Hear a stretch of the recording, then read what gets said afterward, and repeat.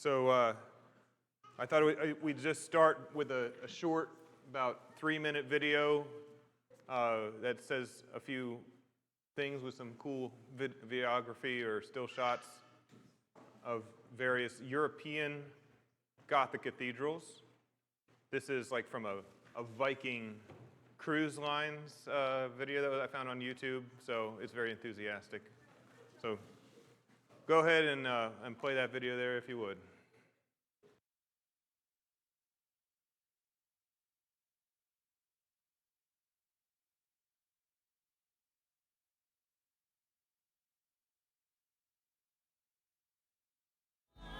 Infinity, made imaginable, is how philosopher Samuel Taylor Coleridge described Gothic architecture. Stand inside a cathedral from this period and you'll understand. Infinity, made imaginable, is how philosopher Samuel Taylor Coleridge described Gothic architecture. Stand inside a cathedral from this period and you'll understand what he meant. The walls extend almost infinitely high above, as if climbing to heaven. It was the powerful state of France that started the transition from Romanesque, a grounded, solid architectural style characterized by thick walls and round arches, to the soaring new heights of the Gothic style in the early 12th century.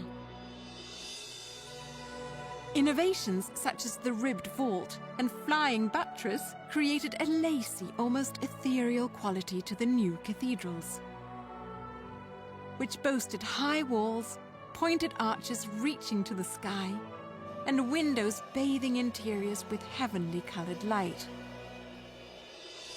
The stained glass not only contributed to the holy atmosphere, but also illustrated biblical stories for the illiterate masses.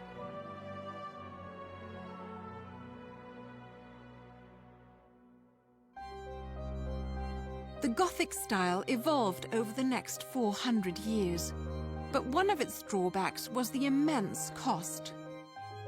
Economic downturns led to many unfinished cathedrals, Germany's Cologne Cathedral being a prime example. Begun in 1248, it took more than 600 years to complete. With the dawn of the 16th century, architecture came under the influence of the Renaissance, as Europe entered a new age of humanism and departed from the focus on God and the afterlife.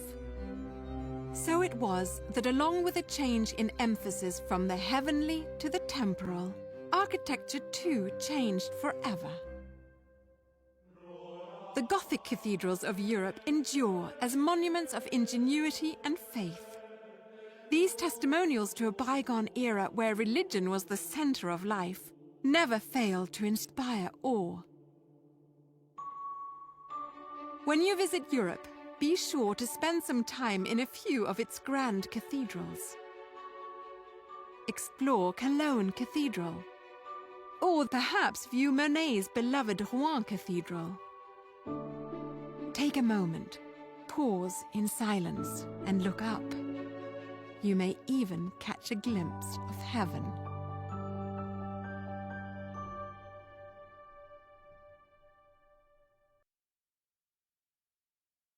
Anyone visited a cathedral before?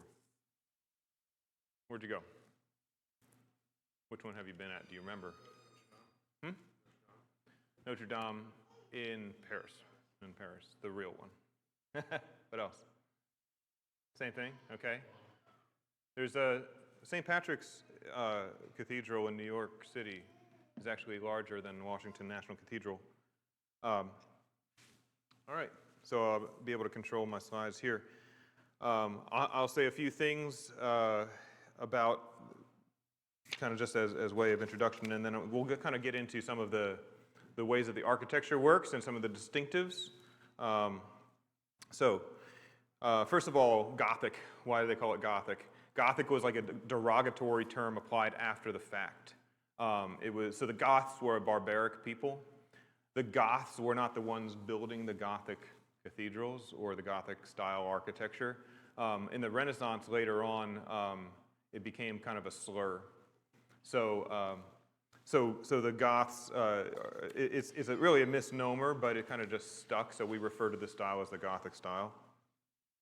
The Washington National Cathedral here at night, that it takes design cues from an English style, a particular subset of this called decorated Gothic, but it also blends in some features from the French and the Spanish cathedral. So when they, like here, the towers on the western facade, this is like the entryway, and those towers are characteristic of like the French style, but being American as a melting pot kind of thing, like they decided to make their kind of their own thing. This was some cathedrals. Here's another view of the architectural drawing of the. When we look at I come from the world of architecture, so when we look at a side view with no perspective, side view of a building, or maybe an interior, we call that we call that an elevation versus a section, which is like a slice through a building. If we took a chainsaw and we were able to slice the building, we'd look at the cross section. And looking down from the top, we call that a plan, a floor plan, or just a plan. So I have some different drawings here. So this is an example, of course, that was mentioned in the little video. This is the Cologne, Germany, one that took over 600 years to build. In Europe, it's hard to imagine starting a building project that you knew you wouldn't be able to complete. Your children wouldn't be able to complete, but you brought them up, and for generations this project went on. It takes an immense forward-looking vision and commitment to some grander thing, something bigger than yourself.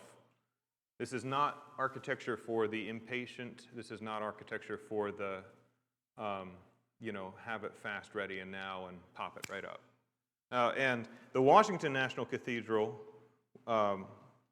here was built very quickly, actually, relatively, over the course of 83 years. It was started they laid the foundation stone. Teddy Roosevelt was present in 1907. In 1990, it was finished. And there was, in 2011, there was an earthquake in the Mid-Atlantic region that was, we don't have too many earthquakes here. I still would have been out west at that point, so I may have heard about it, but I wasn't here to experience whatever that, if you could feel it. But it did some damage to the outside of the Washington National Cathedral, and I think that they're pretty much done repairing it, but this is just an example of the stone that kind of like, this is high on this is called maybe a spire or a pinnacle. Pinnacle is the pointy part at the top, and the stone kind of rotated and parts cracked off. And one of the things we'll talk about, though, is these cathedrals, even this one, was built in the using medieval technology, which means it's stone joinery, it's stone on stone, and it's not reinforced by metal, by steel. Now, because of the earthquake, they have reinforced some of these parts that they realized this is kind of precarious and dangerous, and we better redo some things, put some stainless steel reinforcing in. So they did that. But it's an amazing kind of thing to think about, that everything you're looking at structurally is made of heavy stone. The average weight of a stone is what is it? I mean, just the total. I can't remember if it's average weight is 50 pounds, but I mean, there's some massive, massive stones in this, built of stones great and small, Indiana limestone. Sorry. All right.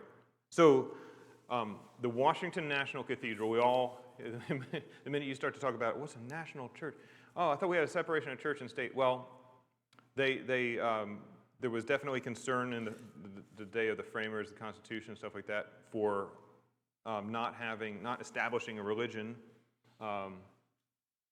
officially for the whole nation.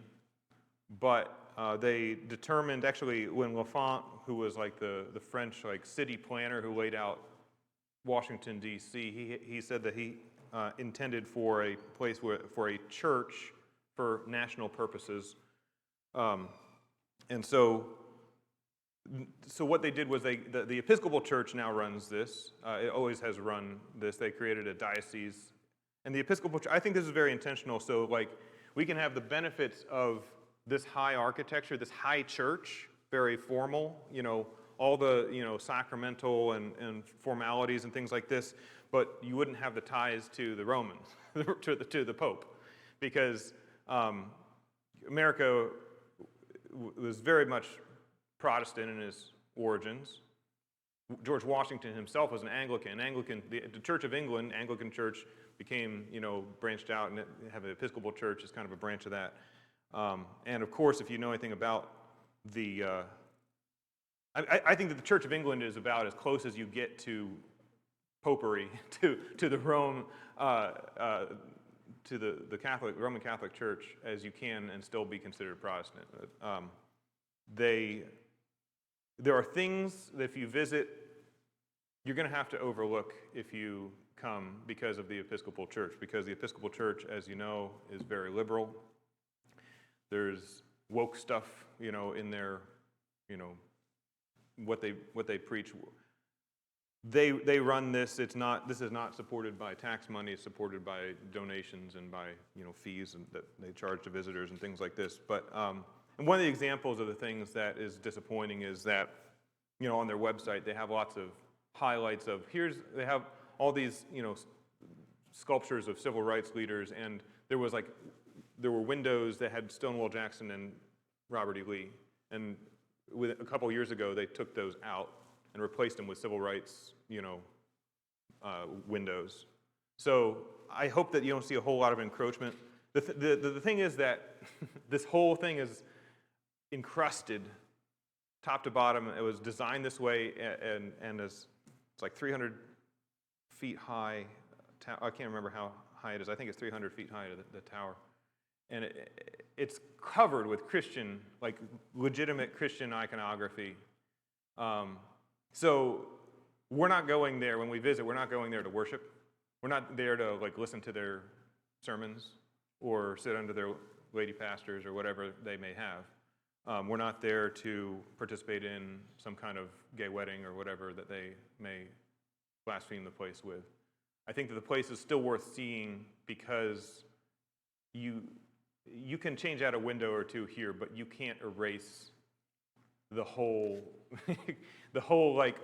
just infusion of Christendom that just this place speaks of. And even along the ceiling, they have there's scripture all over the place, as there should be. There's creeds written in the stone, that goes through the Apostles' Creed and the Nicene Creed as you move down the thing. It's a tenth of a mile from where you walk in at the doors to the west to the high altar.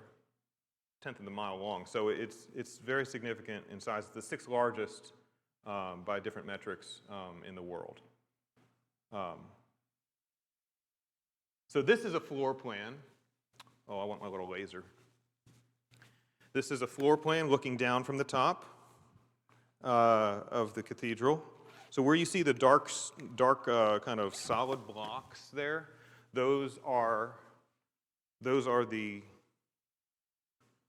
right, see here, here. These are columns, right? Vertical columns looking down, and then all these little, grids here are seating. And so this is the entry, and then it proceeds here, and the altar is down at this end. And like I said, it's like a tenth of a mile from here to here. And so where you see these large, these are called the piers, these large blocks there, they are just massive solid stone. And then here you have some other towers. You have the two front towers, and those you can see little, you can walk up in those because they have staircases inside them. The church, the cathedral is a blending, like I said, of national purposes and religious purposes, and that's kind of how it always was in the cathedral. And so, not to say that the church was a marketplace, but there is a sense of a sacred secular divide, or at least here's how I look at it. In the temple of the Jews, of Solomon's temple here, you had the courts right out here, and then as you move this way into this inner sanctuary here, you'd have more and more restriction on who can come in, and preservation of singular purpose. And so here we have the Holy of Holies.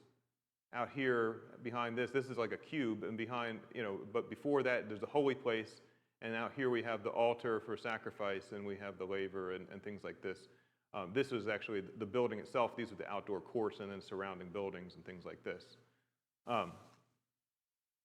So going back to the cathedral, if you draw a line here, right here, this part here is more like the holy place, and here the altar is like the most holy, okay? So all this area out here, and we'll talk about the different descriptions of what these things are called, but out here, this is kind of like for the general people. And out here, you're going to see lots of memorials, lots of things commemorating our national history, honoring different figures. They might not all be Christians. They might not all be, and they certainly are not all Episcopals. It is a kind of a hodgepodge. But, like I said, overriding it all, there's still a sense of God overarching the whole thing. So, let's see. So in the video that we watched, it talked about Romanesque versus the Gothic. So Romanesque was the earlier thing where they had everything very thick walls, which meant that they had very small windows, which meant that the interiors were very dark. And they had these half-round arches. So it's interesting here, look at this. So is this a pointed arch, or is this a round half-circle arch? This is a Romanesque arch right here that we have here in this church. So one of the things that you should pay attention to is, as we look at the cathedral style, what are the similarities to this worship place that we have here, and what are the differences? Because there are many similarities, and there are many differences too. Here we have that, but then if you look at, like here we have this recreation on the pulpit. Oh, you can't see that, but you know what it looks like. We have a pointed arch back here. Actually, it's made of two smaller pointed arches. You can picture what the stained glass looks like behind there. So we have that pointed arch, and again, that's very important. What it does, well, we'll talk about what it does, but what it does is allow you to get up higher, and it supports more weight. That's distinctive. And that pointed arch actually came from more like the Middle East, like Islamic architecture. They saw them doing that kind of stuff maybe beforehand. But you never know on where things actually come from, because sometimes the Muslims like to claim that they did everything first, and it turns out they didn't. So here, let's talk about the components of a Gothic cathedral. So why is it called a cathedral? Well, that's because it contains a cathedra, or maybe pronounced cathedra, which just means the bishop's seat. So when you have a ecclesiastical structure that has hierarchy of like a chief overseer of a region, that's the bishop, which is what episkopos means, or overseer. But different church denominations will, even like the United Methodist Church, they have bishops. We're independent. We don't have to have a bishop. I'm glad for that. But here they have a bishop seat, and so he has this very fancy seat. This is actually made from stone from Glastonbury Abbey in England. So that's what makes it technically a cathedral, is that there is a cathedra there. I mentioned that there is no reinforcing steel in the stone construction here. So you have these soaring vaults, all this stuff, and all this is borne up by the weight of stone, and stone just interlocking, carved in such a way that you don't see, mortar like you have in a brick house, and that it's just stone on stone, and there's no rebar or screws or anything like that in there. There are parts of the building that are made of different other things, but the vast majority of it is just pure limestone. Limestone is very easy to carve. It's very heavy, extremely heavy, and it is gravity that makes this work. Now, the orientation, back to our floor plan here. So this is oriented north up, which makes this the west and this east over here. And that is characteristic, where we have the entry, the main entry point. Now they have some other doors. There's doors here, there's big entry here, but the main entry is here on the west, and you proceed this way and look to the east. Why is that? Does anybody have any ideas? What's up? Actually, the temple is the opposite. The temple entry faced east. But the temple, I'm not quite sure why that is, but you can see that, like in Ezekiel, it says like the temple entry was to the east. That's where the sunlight would hit in the morning. So the sunlight would hit the entry of the face of the temple and light it all up in the morning time. This is the opposite. So the sun rises over here, coming in here, and you have this rounded part is called the apse, and we'll talk a little bit more about that before, but here's where the altar is. That's where the action is. And so they have the light coming in, streaming in, illuminating all the stained glass in this. So as you come in here and look forward, as you're seated in the morning for morning worship service, you're looking at this illuminated area down here at this end. That's the main reason.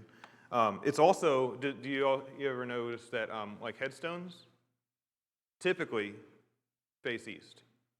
And that is because, like, so if this is actually this is the east, but they face east, and the person is buried at the headstone at the head. So if this is the grave and the head's here, and here comes the sunrise, and the idea is that Christ rising, or when Christ comes back, returns, and the dead shall rise, and they'll sit up out of their graves and see Christ in the east. That's the idea. It's traditional. There may be some layers of tradition there, but that is a tradition that is kept, and you'll notice that that's the majority out here. That's, like I said, that's the temple in the opposite orientation. There is a cruciform plan. Sorry, that's the west facade. That's the main entry. Oh, and before I have a couple other slides here. So this is, I think, Rennes Cathedral in France, I believe. And it looks similar to Notre Dame, but it's a little bit different. Here, this is that altar end. You're looking at this is the eastern area here, and you can see that all these buttresses are like way out here because they have these massive windows that they're trying to get the light into here. Okay. And this is a different, not the same as the previous slide there, but this is Saint-Chapelle in Paris, I believe. It's in France for sure. And just amazing in the apse here. And this is like a smaller chapel, Gothic chapel. I'm not sure if it's properly a cathedral, but this is kind of like where they would preach from.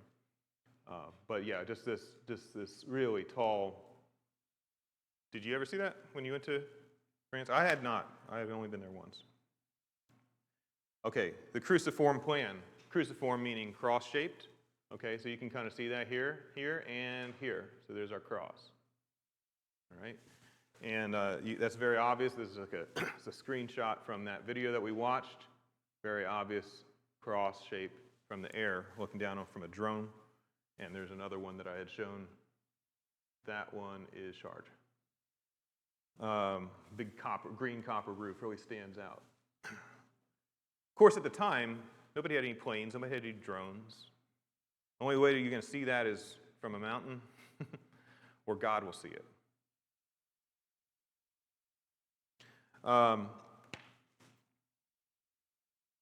Pointed arches. Pointed arches are critical.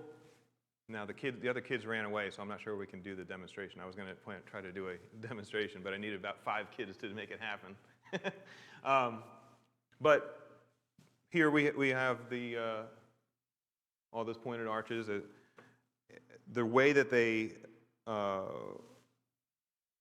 you'll see more here. And actually, since we don't have the demonstration, I think we'll maybe watch a little short video at the end to kind of demonstrate the physics of that. It's pretty interesting how it works. Again, it's a series of larger and smaller, all in geometric ratios and things like this. But you know, it's formed from 2 arcs of a circle that meet at a point there. But it's really just a series of that kind of same shape repeated over and over and over again. Those are, when they are together, when you have a series of them, they're called an arcade. So, okay, so then we have the stained glass. This is a really critical part. That was an innovation at the time. All piece, mosaic piecework of all kinds of different colors of glass. Little bits of them all held in place by molten metal, like lead or other soft metal. And then these, but they come in all kinds of different things that vary from cathedral to cathedral. These are not all. This one is the creation window at the west. This is the one in the front of the church at Washington. So this is depicting the creation, let there be light, and just a radiation of color and life coming out. I don't know where this one is, but it's very interesting with all the circle shapes kind of coming. Kind of a fractal kind of thing going on there. This one is interesting. This is at Washington. This is by Lawrence Saint. So this was the one that Joel Saint's, was it his father, right? Grandfather designed and made this window. And this window here depicts the last judgment. So Christ on the throne there.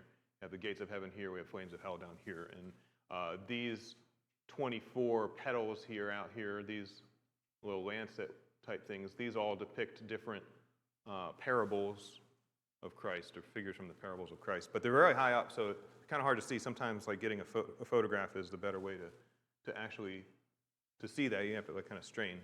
But that's the amazing thing about a cathedral, is that there's so much detail, and some of it is very far away. Now, there are upper stories, galleries, and things you can walk around in and sometimes get closer to these things, but you can't take it all in at once. Every place now, some places are a little bit more crusty than others that have just like so much carving in the stone. This one is, in Washington, it's a little bit more subdued, but there's still stuff all over the place. Everywhere there's a joint, like that's an opportunity to carve something. And so they fill it with, floral imagery, but a lot of times like images of just religious figures, of all kinds of different things. Everything means something, and the thing is that they're doing all this work, and sometimes some of it will never be seen, especially like on the exterior of the chapel. No one's going to be crawling all over, and we're not, Quasimodo like crawling all over the outside of the church, inspecting like all the stonework, but it's all there because God's worthy of, all this effort.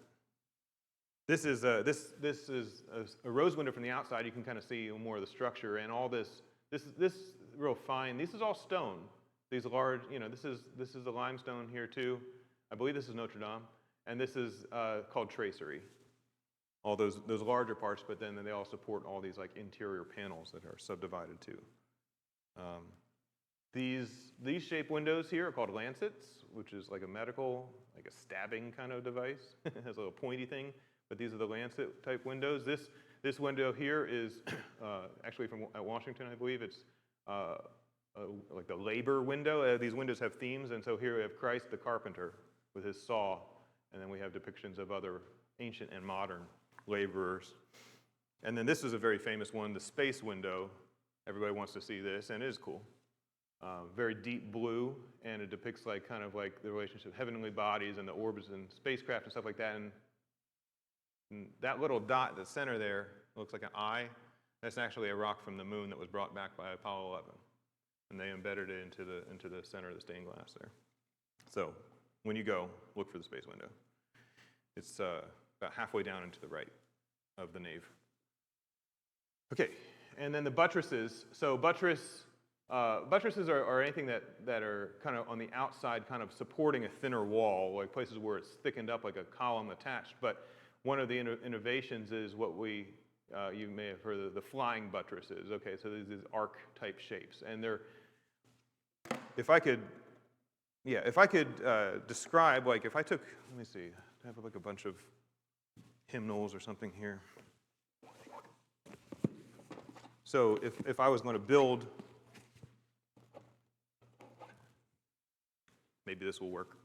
If I was going to build a structure from the books. Okay. Now, the more I load this, the more that these things start to, they have to be very thick, but if I want them to be thin, then they're going to, have a lot of sideways forces. And so one way I can do that is I can buttress it by, putting these like large fins, walls to support it. But then the problem is that if I want light to come in, actually, like I'm blocking a lot of light, by these fins. So what do? Well, we remove most of the mass of this and make it more like a pier, and then the little finger, and that shape there, and this is very heavy, and it distributes the forces to the side so that I buttress it like this from the side, and those are called the flying buttresses. You can see flying buttresses. This is Notre Dame here. So we have these really thin things, and also over here, these different supporting things to make that wall thin and not thick, and allowable to have lots of perforations for the light and the windows. You see them here. There's the flying buttresses, and then these are these columns. And you can see like they get thicker. They're thicker at the base, and then they kind of taper up smaller. And that's just the way you build things when you're relying on gravity and not the strength of materials and tension. You don't have any steel here. Again, you have up here, they can be very thin. And this is, you can see them here. This is the south transept of the Washington National Cathedral. Then we have towers, of course. Towers are towers. The perspective here is a little bit forced there. This actually is so much taller than here. This one is the central main tower, and it's called the Gloria in Excelsis Tower, which means glory in the highest, okay? And then these towers are St. Peter, St. Paul. I don't know which one's which, but obviously to point up to heaven, and you can be seen, this is actually the highest structure in DC. Maybe there's a crane up somewhere sometime, but permanent structure. Piers, columns, and colonnettes. So I had talked about everywhere you see like the big black things, that's solid stone, basically. If we just took this laser and it cut across here, and then we look down from the top, and we'd see, that's the slice. I'm used to looking at stuff like this because, of my background. But a lot of people are not used to looking at floor plans and elevations and things like that. So the columns are like the little ones. The piers are the great big ones supporting the towers here. And these, so this is like akin to like one of these. There's probably about right over here. That's like this one right here. But see how they're kind of scallopy, right? They're not just big round or big squares. They actually kind of have this like made up of like a cluster, like if we took like a cluster of straws. And it looks like that, and those are called the colonnettes. And so it is to give the impression of things being lighter than they are, because it looks like a bundle of lighter, smaller, thinner materials. Here you can really see the scale of those. And again, when they're in a arrangement like this, it's called an arcade. That's where the term comes from. Those piers that are holding up the tower, the great big diamonds you saw, this is underneath. This is called the crypt. Nothing to be scared of. It's called the basement, although there are dead people buried. There's like over 200 people buried in this cathedral, but here, these are the bases, so like they're really massive, the base of these piers, and this forms actually underneath here a little chapel called, this is for St. Joseph of Arimathea. Why would maybe they choose him? What is he known for?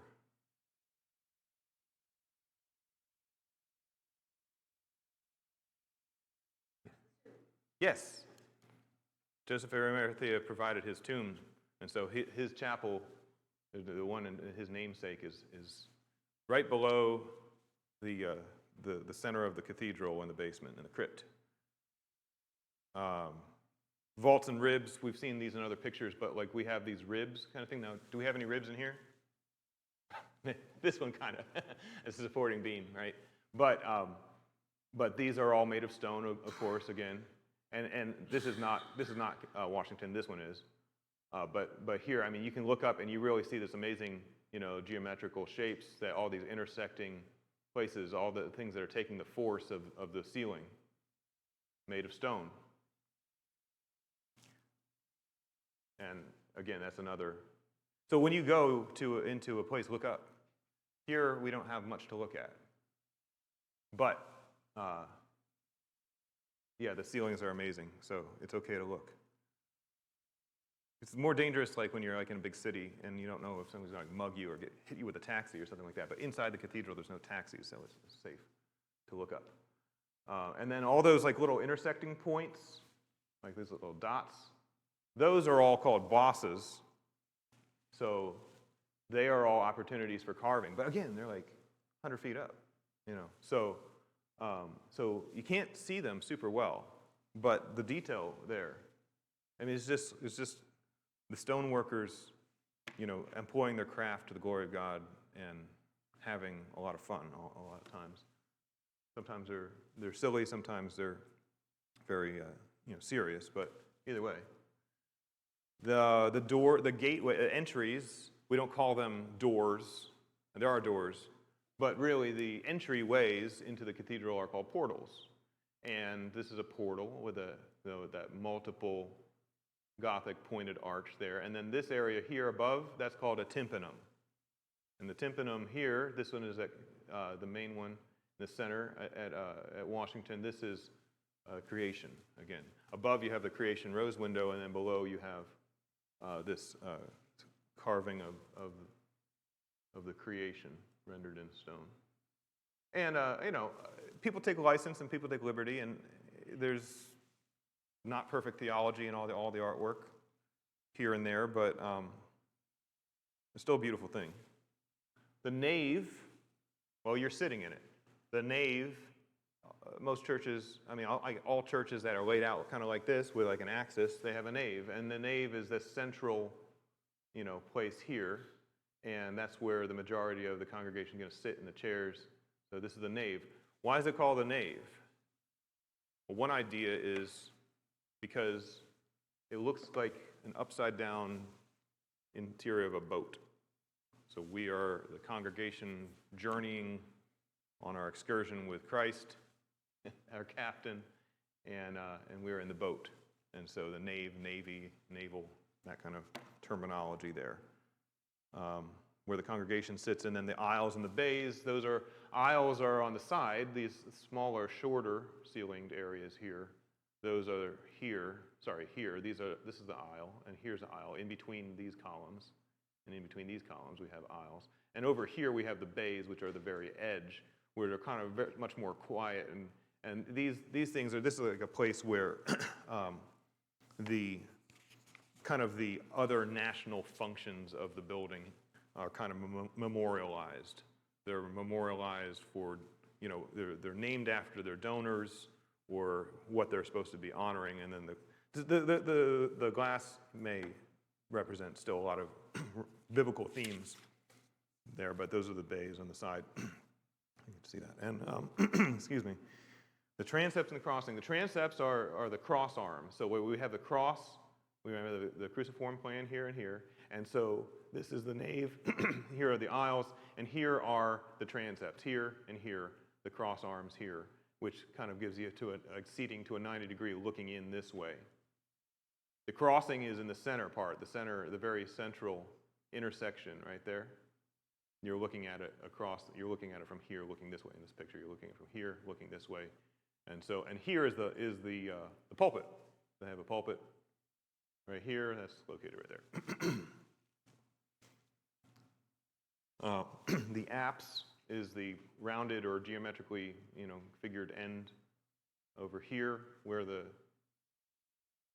altar is. The chancel is kind of how I said before. This is kind of like the area devoted to like purely religious function, okay? And because they have other events in this cathedral, for better or for worse. They have concerts, they have all kinds of things. But this area here doesn't get to be used for that kind of thing. I hope not. This is for the more sacramental purposes, right? And dividing that area, as I had said before, right across here, right there, to divide this, is what's called a rood beam, R-O-O-D, from an old like English word, rood meaning wood, or the cross, referred to the cross, and is where they have a crucifix kind of high up there. And below that is a rood screen. So we have a chancel, right? So this is the chancel rail. And above here, we have a similar format here. This is the place where not everybody gets to sit. The choir used to sit here. Now we don't do that, but it would be acceptable. But I mean, I'm not passing judgment on, you know, the pros or cons of the design of this, you know, current sanctuary we're in. But this is all carved wood. This is called the rood screen. Again, it kind of separates. And then, you know, in the area in the center there is called the choir. So here we have a choir, and they sit, you know, maybe facing each other, and also is a place where there's a very dramatic pipe organ, very, very large. Actually, I think that they have taken that out this year for cleaning, and I don't know how long that takes, and they've replaced it with a digital organ for temporary, but they're going to put the pipes back in. And then this is the altar here, and this is called the reredos, which is a carved, very elaborate screen. Christ seated there on his throne, and the way that this is oriented is that the altar is here, and the priest, I don't know if I guess we'll call it priest in the Episcopal Church, but he can walk behind it. Now here we don't have that. Well, we don't use this. I kind of like the fact that we have the table brought down to the people, but this has the candles, the cross, the Bible. But before the pastor would be here, and he would face away, and you'd never see him, and they put a mic here so you could listen to him. But if you can walk around the back, you can face the people when you're at the altar, which that's a good idea if you're going to use it like that. Again, there's a whole conversation we can have about, should it be called an altar? Should we have an altar at all? Altar is a place to sacrifice. Christ is finally sacrificed. We're not re-sacrificing him. It's a table. It's the Lord's table. But also up in that area, we have chapels, which are like little smaller worship areas off to the side.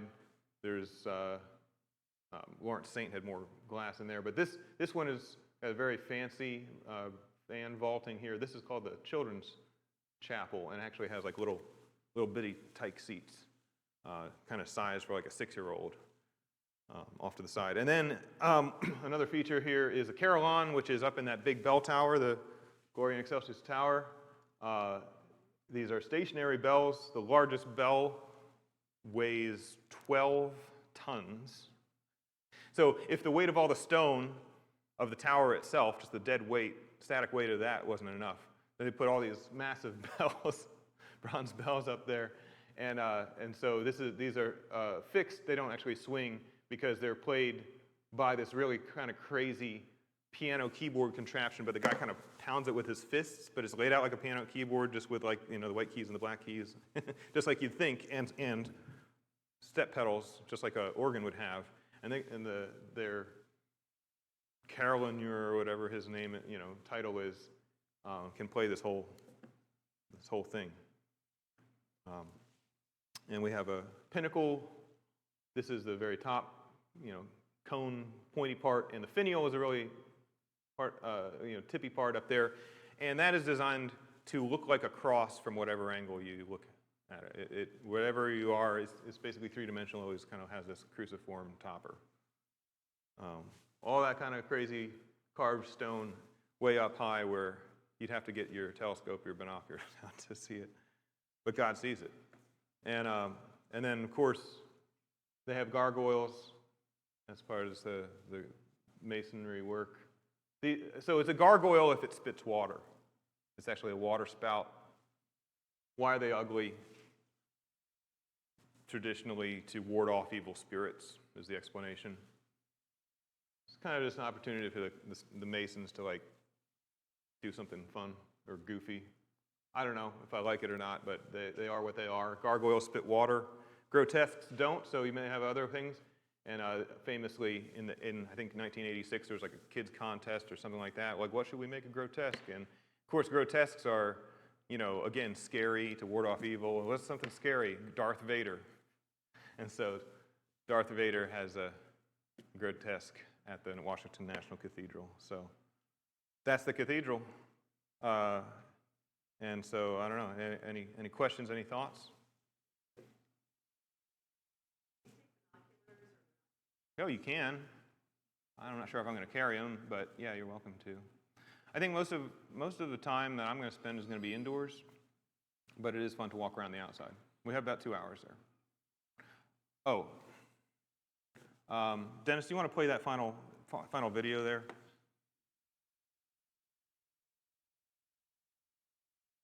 Any questions or thoughts?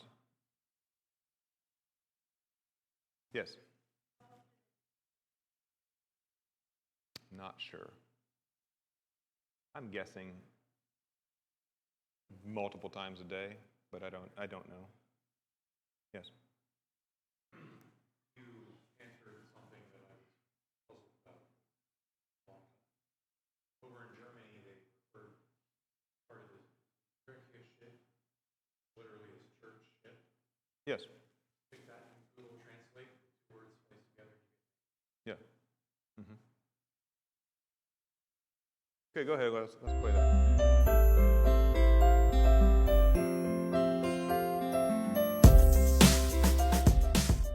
Gothic cathedrals represent one of the high points in Western architecture.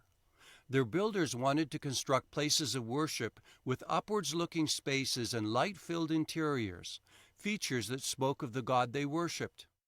To realize these grand goals, generations of builders from the 12th to 16th centuries were forced to make dramatic advances in both architecture and engineering.